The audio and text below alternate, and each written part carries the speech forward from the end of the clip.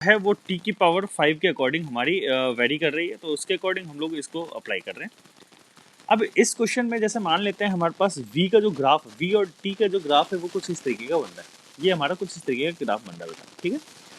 तो अब मैं बोलता हूँ कि यार इसको ग्राफ जो है वो t इक्वल टू 1 से t इक्वल टू 5 तक या t इक्वल टू 2 तक मैं इंटीग्रेट करूँगा। तो ये वाला जो एरिया है वो किसके थ्रू पता लगेगा।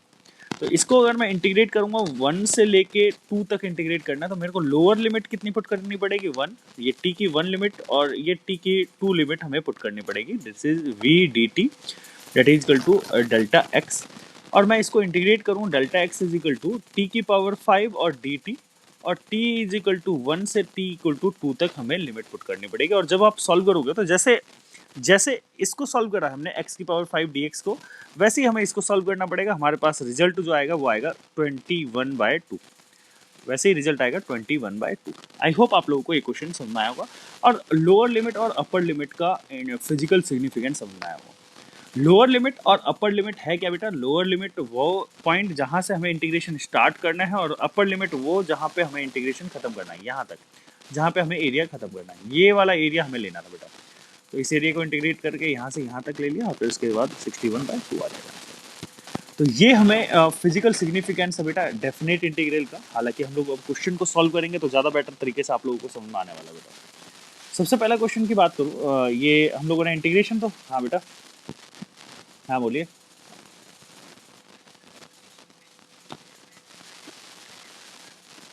नहीं बेटा, अगर अगर अगर अगर आपको लिमिट, ये जैसे मैं देखता हूँ, देखिए यहाँ पे मैं लिखता हूँ dx/x, तो 1/x का इंटीग्रेशन करना है विद रिस्पेक्ट टू dx, और मैंने यहाँ पे लिमिट लिखी 2 to 4।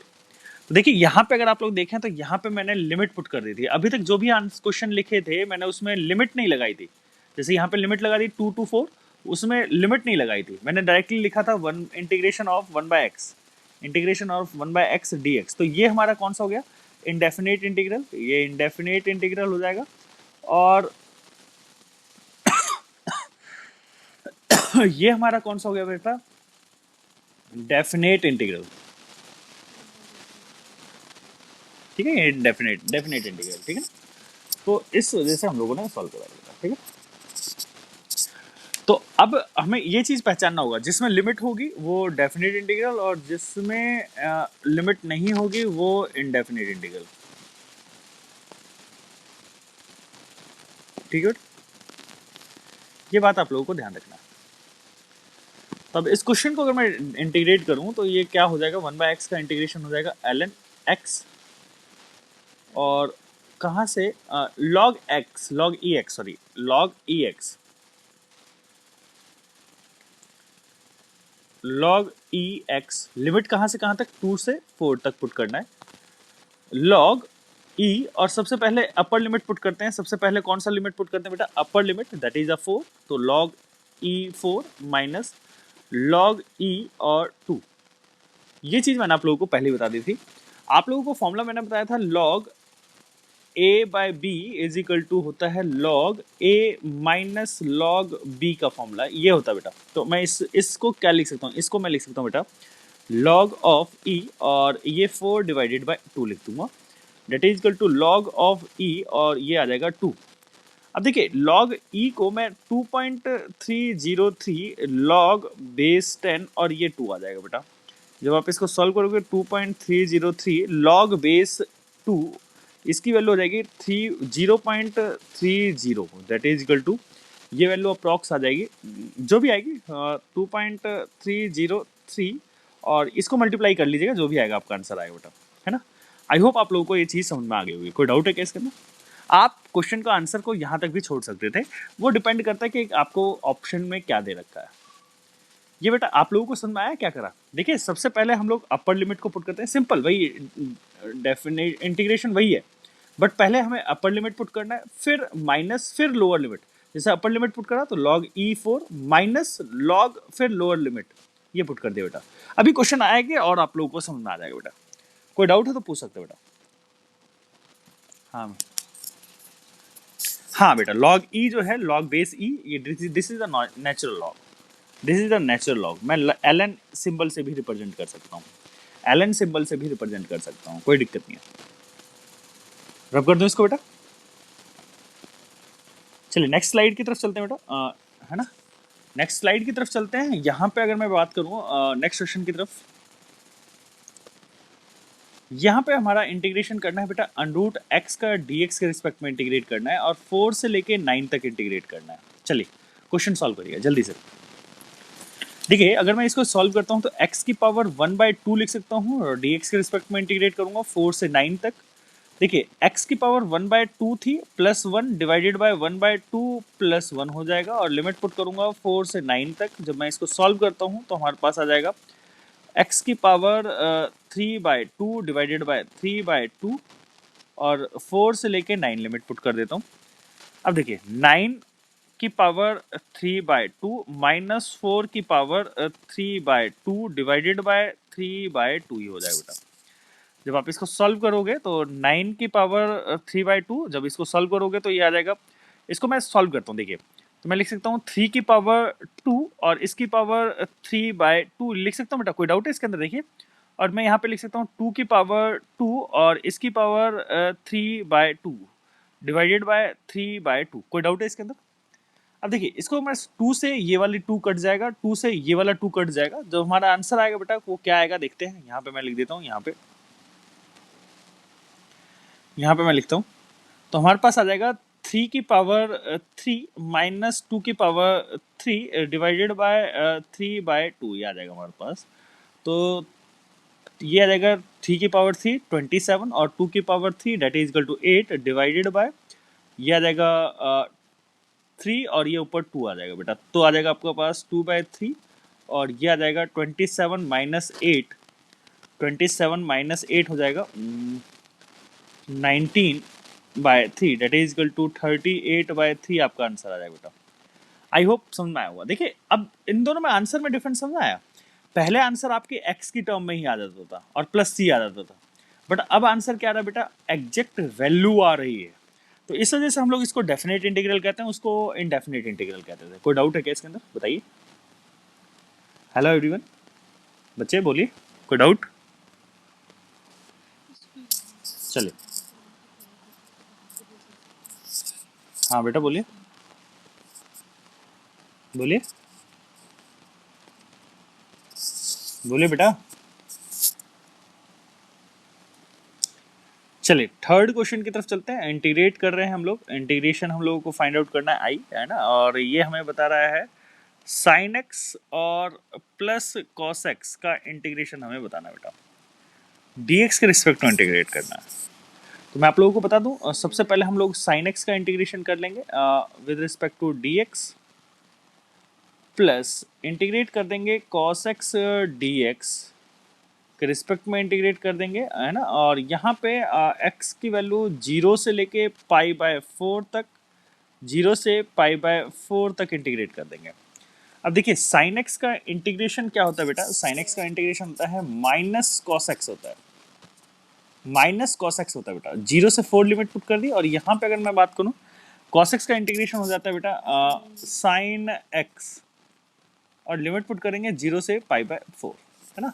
अगर आप लोग इसको सॉल्व करते हो तो माइनस कॉस, सॉरी यहाँ पे π/4 आएगा बेटा, cos π/4 minus of minus cos 0। I hope समझ में आया होगा, पता नहीं कितना समझ में आया। देखो कोई डाउट हो तो पूछ सकते हो बेटा, बोलिए।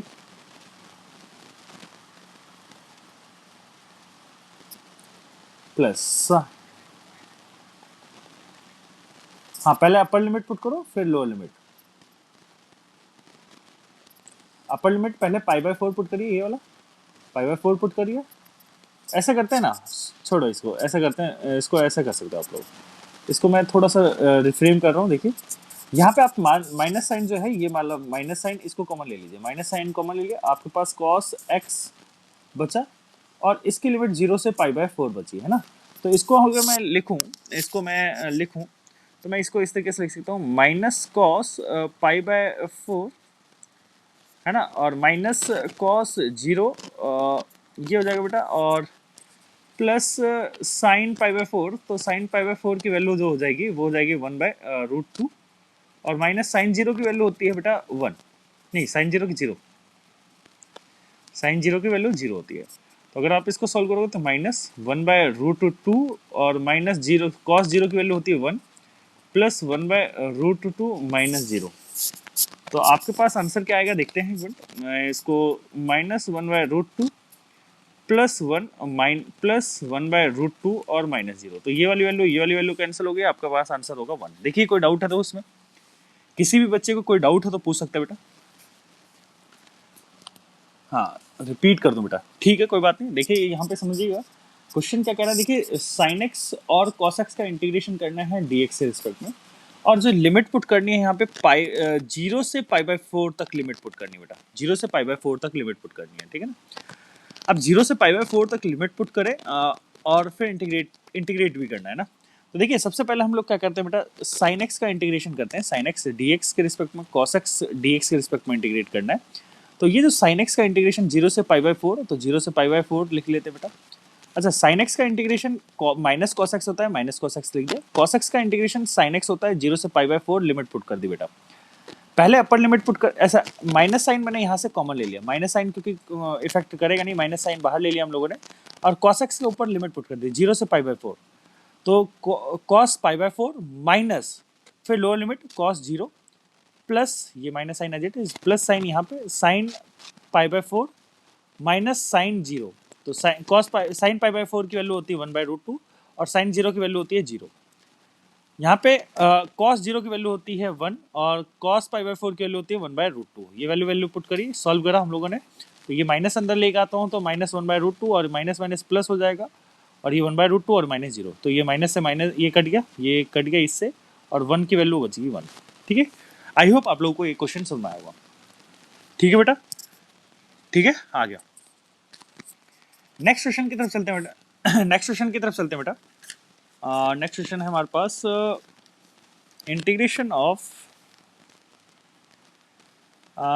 4x³ plus 3x² plus 2x plus 1, और इसका dx के रिस्पेक्ट में इंटीग्रेशन करना है, 0 से 2 तक इंटीग्रेट करना है। चलिए सॉल्व करिए बेटा।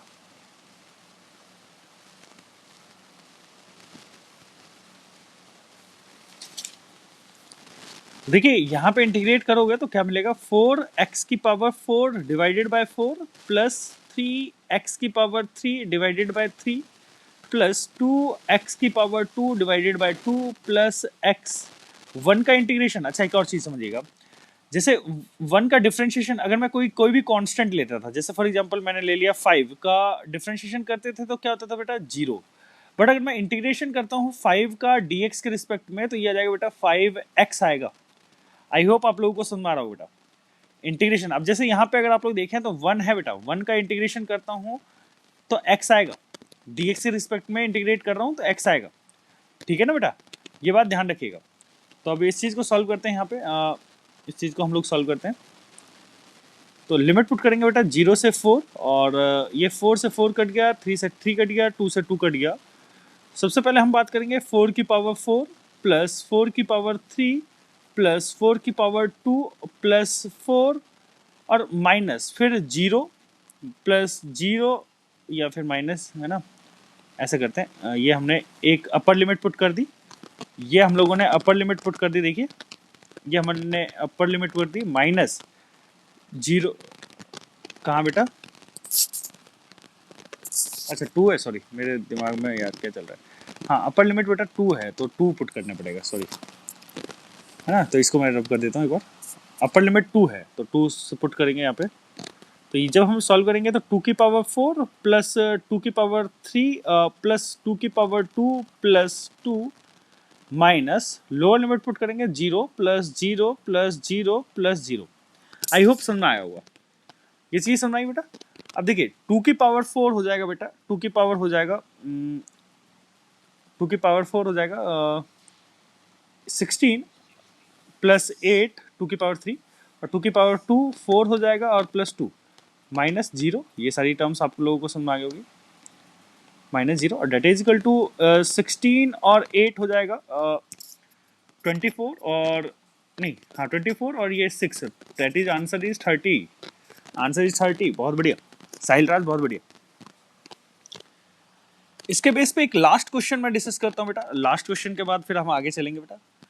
लास्ट क्वेश्चन है इंटीग्रेशन का, इसके बाद हम लोग एक लास्ट टाइप का इंटीग्रेशन डिस्कस करेंगे और उसके बाद हम लोग फिर दोबारा से काइनेमेटिक्स चैप्टर के अंदर आने वाले हैं बेटा। तो यहाँ पे इंटीग्रेशन आप लोगों को फाइंड आउट करना है 2x, लिमिट है बेटा 2 से 3 तक, 2x plus 3x square plus 1/x, इसका इंटीग्रेशन करना है dx के रिस्पेक्ट में। जल्दी से करिए बेटा, जल्दी सॉल्व करिए। तो बेटा अगर मैं 2x का इंटीग्रेशन करता हूं तो x स्क्वायर बाय 2 आ जाएगा, क्योंकि एक पावर ऐड करिए, और 3x की power 3 divided by 3 plus 1/x का इंटीग्रेशन हो जाएगा log ex। लिमिट पुट करूंगा बेटा मैं 2 से 3 तक, और इसको सॉल्व करना पड़ेगा बेटा। 2 से 2 कट गया, 3 से 3 कट गया, जब इसको सॉल्व करोगे तो 3 की पावर 2 प्लस 3 की पावर 3 प्लस log e 3, है ना, ये तो हमने अपर लिमिट पुट कर दी, माइनस लोअर लिमिट पुट करते हैं 2 की पावर 2 प्लस 2 की पावर 3 प्लस log e 2, ये आ जाएगा बेटा। आई होप आप लोगों को एक क्वेश्चन समझ में आया होगा। यहाँ तक किसी को कोई डाउट है तो पूछ सकता है बेटा, यहाँ तक किसी को कोई डाउट है तो पूछ सकता है। चलिए यहाँ पे मैं लिखता हूँ 9 प्लस ये आ जाएगा 27 3 की power Q log e 3 minus, और ये 2 की पावर 2 जो होगा वो 4 हो जाएगा, माइनस 2 की पावर 3 जो होगा वो -8 हो जाएगा, यहाँ पे प्लस नहीं माइनस, और यहाँ पे आ जाएगा log बेस e 2, ये आ जाएगा बेटा।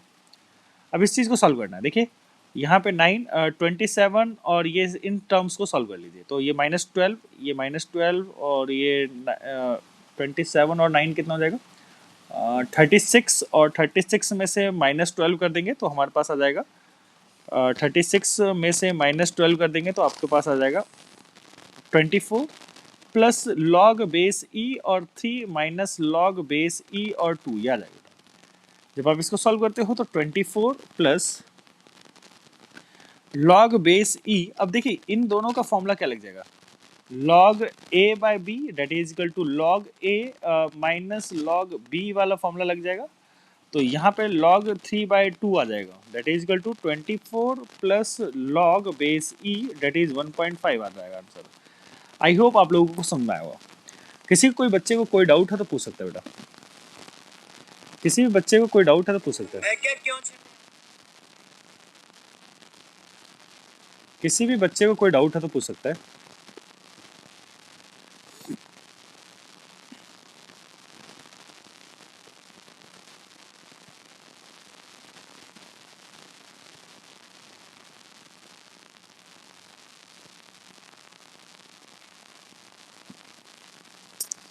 आई होप आप लोगों को समझ में आया बेटा। हाँ बोलिए, आप लगाना चाहते तो लगा लो बेटा, हाँ लगाना चाहते तो लगा लो, अदरवाइज आपको आंसर यहाँ पे भी छोड़ सकते हो, कोई दिक्कत नहीं है। अगर आपको आंसर में जो कुछ log e की वैल्यू लगा के दे रखी है तो लगा के सॉल्व करो। 24 प्लस 2.303 और यहाँ पे log 1.5, इसकी वैल्यू सॉल्व करके देखिए, है ना, तो सॉल्व करके देखिए, आइए आ जाएगा आंसर, है ना। नहीं ऐसा करते हैं, हाँ log बेस 10 आ जाएगा ना, हाँ ठीक है, सॉल्व करके देखिए इसको, है ना। तो कोई ज़रूरत नहीं है इतना पे आंसर दे दिया जाता है, ख़त्म कर दिया जाता है, क्योंकि आपको आगे लॉग टेबल देखनी पड़ेगी, है ना। आई होप समझ आ जाओगा, है ना बेटा। एक और टाइप का जो क्वेश्चन होता है उस चीज़ पे हम लोग आते हैं बेटा। आप लोगों को मैं बता दूं, जैसे आप लोगों ने चेन रूल पढ़ा था उसी तरीके से हम लोग अब इंटीग्रेशन पढ़ने वाले हैं, बट हमें इंटीग्रेशन, देखिए इंटीग्रेशन बहुत ही बड़ा टॉपिक है बेटा। इंटीग्रेशन मैं आप लोगों को बता दूं कि 12th क्लास के अंदर आप लोगों को पढ़ना होगा, बहुत ही बड़ा टॉपिक है। बट हम लोग इस क्वेश्चन को, इसके टाइप के क्वेश्चंस को ना बहुत ही जो कि हम लोग को फिजिक्स के अंदर यूज करना है, तो बहुत ही लिमिटेड वे में हमें यूज करना पड़ेगा। अब देखिए हमें बात करनी है चेन रूल या integration in more than one step, है ना। तो integration in more than one step,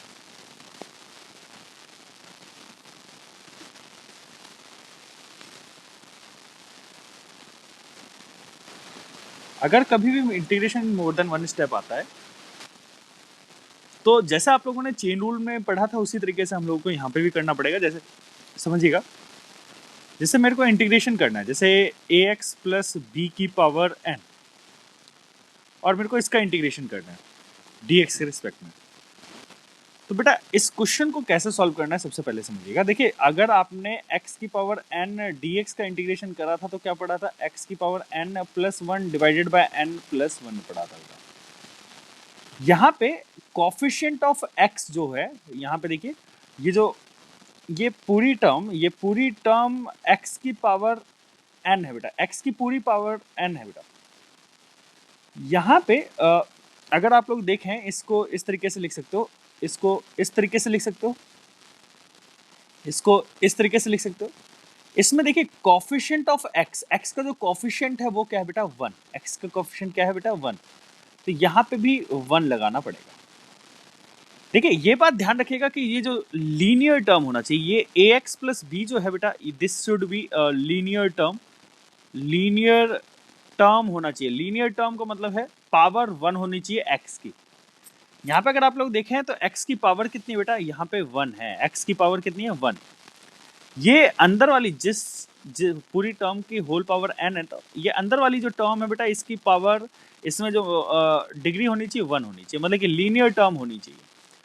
तो अब लीनियर टर्म के केस में i इज इक्वल टू, इसका इंटीग्रेशन अगर मैं सॉल्व करता हूँ तो ax प्लस बी की पावर n प्लस 1 हो जाएगा बेटा, डिवाइडेड बाय n प्लस 1, जो पावर आपने एक बढ़ाने के बाद आई है आपकी पावर, ये n प्लस 1, वही n प्लस 1 यहाँ पे आया।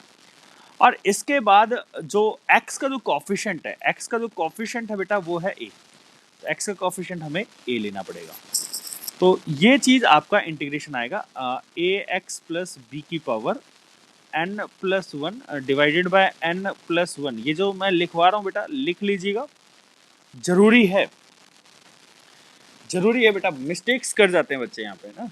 तो अगर मैं इसके एग्जाम्पल के तौर पे कुछ क्वेश्चन सॉल्व करवाता हूँ, देखिए क्वेश्चन सॉल्व करवाता हूँ, फिर आप लोगों को प्रैक्टिस हो जाएगी, तो आप लोग बहुत ही ईजिली कर सकते हो इसके क्वेश्चन को, ठीक है, बहुत ही ईजिली कर सकते हो। देखिए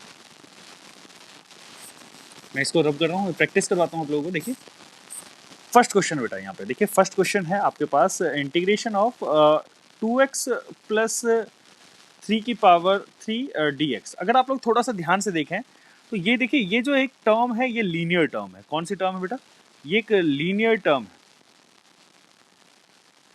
ये एक लीनियर टर्म है।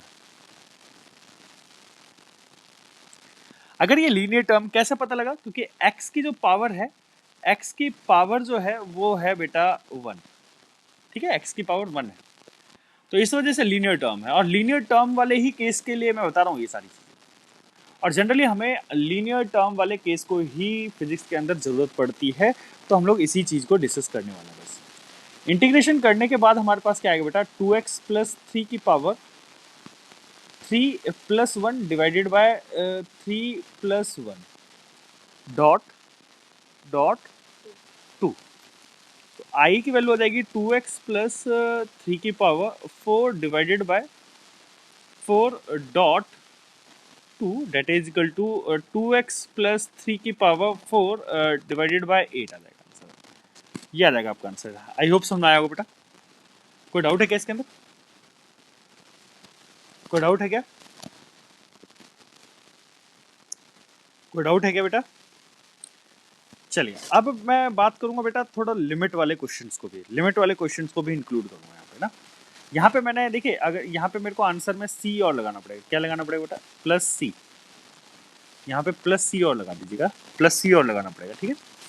सेकेंड अगर मैं बात करूँ क्वेश्चन की, तो सेकेंड क्वेश्चन में हम इंटीग्रेशन करेंगे 0 से 2 तक, और लिमिट हम लोगों को 2x प्लस 1 की पावर 5, या फिर ऐसा करते हैं छोटी पावर लगते हैं, थोड़ा ज़्यादा बेटर रहेगा, 2 dx, इसको इंटीग्रेट करना बेटा। चलिए सॉल्व करिएगा इसको। अगर मैं इंटीग्रेट करता हूँ तो 2x प्लस 1 की पावर 3 हो जाएगा, एक पावर ऐड कर दी, डिवाइडेड बाय 3, और जो x का जो कॉफिशिएंट है, x का कॉफिशिएंट क्या है बेटा, 2, तो ये x की कॉफिशिएंट मैंने यहाँ लगा दिया, ये हमारा इंटीग्रेशन प्लस c आ जाएगा। अब मैं बेटा यहाँ पे लिमिट पुट कर देता हूँ, लिमिट कहाँ से कहाँ तक, 0 से 2 पुट कर देता हूँ, है ना। सॉरी, यहाँ पे सी नहीं आएगा क्योंकि लिमिट आ गया बेटा, सी नहीं आएगा क्योंकि लिमिट आ गया। तो इसको अगर मैं फर्दर सॉल्व करूँ तो बेटा पहले क्या लिमिट पुट करूँगा, पहले मैं अपर लिमिट पुट करूँगा। Upper limit is 2, upper limit 2 है और लोअर लिमिट 0 है। तो पहले हम लोग अपर लिमिट पुट करेंगे, 2 इंटू 2 प्लस 1 और इसकी पावर 3 डिवाइडेड बाय, और यहाँ पे माइनस और यहाँ पे 0 प्लस 1 की पावर 3। आई होप सुनना है वो। देखो कोई डाउट है तो पूछो, देखो कोई डाउट है तो पूछो अभी, बोलो कोई डाउट है क्या बेटा। चलिए, डिवाइडेड बाय 6, जब मैं इसको सॉल्व करता हूँ तो ये आ जाएगा 5 की पावर, जब आप देखिए इसको सॉल्व करोगे 2 इंटू 2 प्लस 1, 5 की पावर 3 बन जाएगा। 5 की पावर 3 कितना हो जाएगा, 125 minus 1 divided by 6 that is equal to 124 by 6। 124 by 6 आ जाएगा, दैट इज इक्वल टू 3 से, अगर नहीं 3 से भी कटेगा नहीं, है ना, 2 से कट जाएगा, 2 से कट जाएगा तो 2 3 जो और 2 6 और 2, है ना, 62 बाय 3 आंसर आ जाएगा बेटा, 62 बाय 3 आंसर आएगा। कोई डाउट है इसमें? हेलो एवरीवन, किसी को कोई डाउट? चलिए नेक्स्ट क्वेश्चन की तरफ चलते हैं बेटा, नेक्स्ट क्वेश्चन की तरफ चलते हैं, थर्ड क्वेश्चन की तरफ। इंटीग्रेट वर्क करना है 1 से 2 तक x प्लस 2 और इसकी पावर 2 dx इंटीग्रेट करना है। हाँ बोलिए, क्या बोल रहे थे, बोलिए।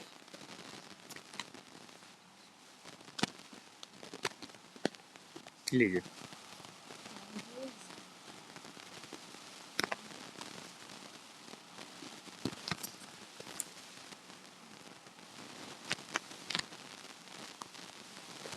ठीक है, लिमिट पुट करना था हमें।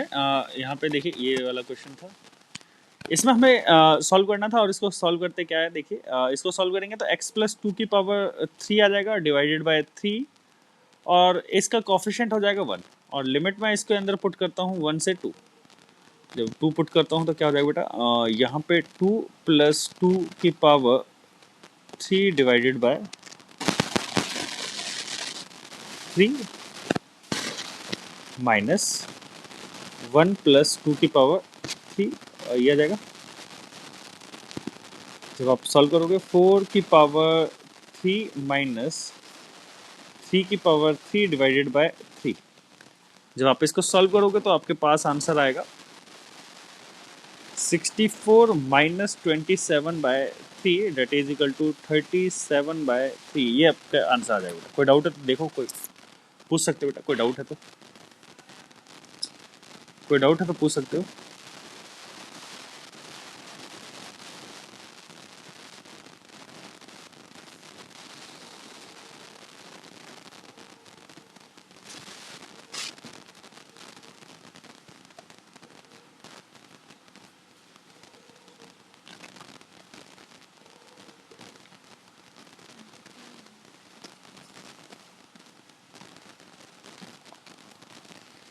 आई होप आप लोगों को समझना आया होगा बेटा, ठीक है।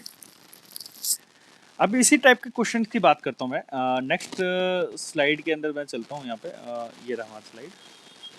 देखिए अगर यही चीज ट्रिग्नोमेट्रिक फंक्शन के अंदर है ना, ट्रिग्नोमेट्रिक फंक्शन, जैसे मैं इसका इंटीग्रेशन करता हूँ, जैसे साइन यहाँ पे ax प्लस बी है बेटा और dx के रिस्पेक्ट में, तो ध्यान रखिएगा ये वाली टर्म लीनियर होनी चाहिए। ये वाली टर्म अगर लीनियर है तो आप इस मेथड को फॉलो कर सकते हो, अगर लीनियर टर्म नहीं है तो इस मेथड को फॉलो नहीं कर सकते। और जनरली हमें जो लीनियर टर्म की ही रिक्वायरमेंट होगी, तो साइन का इंटीग्रेशन हम लोग करेंगे। तो साइन का क्या इंटीग्रेशन कर जाएगा बेटा, minus cos A x plus B, और देखिए जो एक्स का जो कॉफिशिएंट है वो नीचे आ जाएगा, कॉफिशिएंट ऑफ एक्स क्या आ जाएगा बेटा, ए, यहाँ पे नीचे आ जाएगा, है ना। बस इतना आंसर आ जाएगा और प्लस सी आ जाएगा, प्लस सी आ जाएगा।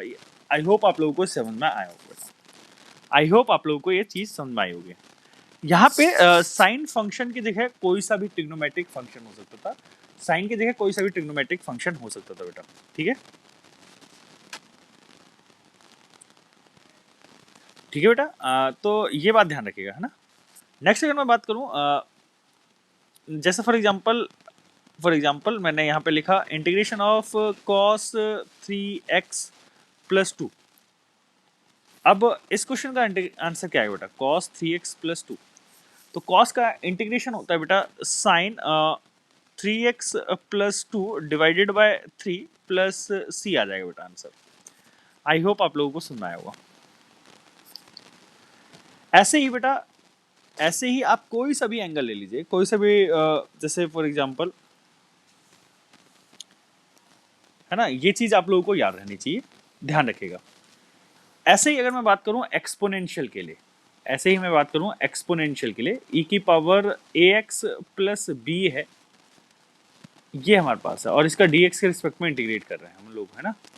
तो बेटा i जो होगा वो होगा i is equal to e की पावर ax प्लस b का एज इट इज e की power ax plus b divided by coefficient of x, तो कोफिशिएंट ऑफ x a आ जाएगा प्लस c आ जाएगा,